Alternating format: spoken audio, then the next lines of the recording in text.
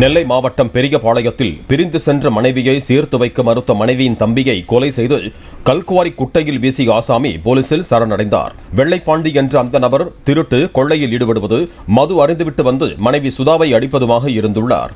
அண்மையில் திருட்டு வழக்கு ஒன்றில் வெள்ளைப்பாண்டி சிறைக்கு சென்றதால் சுதா தனது தாய் வீட்டில் தஞ்சமடைந்தார். ஜாமீனில் வெளிவந்த வெள்ளைப்பாண்டி அழைத்தும் சுதா அவனுடன் செல்லவில்லை. சுதாவின் அண்ணன் பெருமாளிடம் அவரை தன்னுடன் அனுப்புமாறு போனிலும் நேரிலும் வெள்ளைப்பாண்டி தொல்லை செய்து வந்துள்ளான். வெள்ளைப்பாண்டியின் நடவடிக்கை பிடிக்காததால் சகோதரியை அனுப்ப மறுத்துள்ளார் பெருமாள். இந்த நிலையில் பெருமாளை கொலை செய்து அங்குள்ள கல்வெட்டான் குழியில் வீசிவிட்டதாக கூறி வெள்ளைப்பாண்டி போலீசில் சரணடைந்தார்.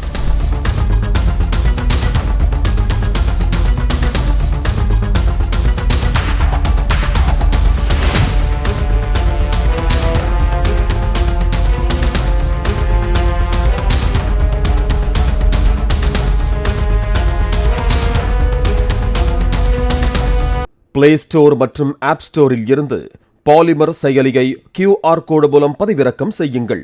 செய்திகளை உடனுக்குடன் பெறுங்கள்.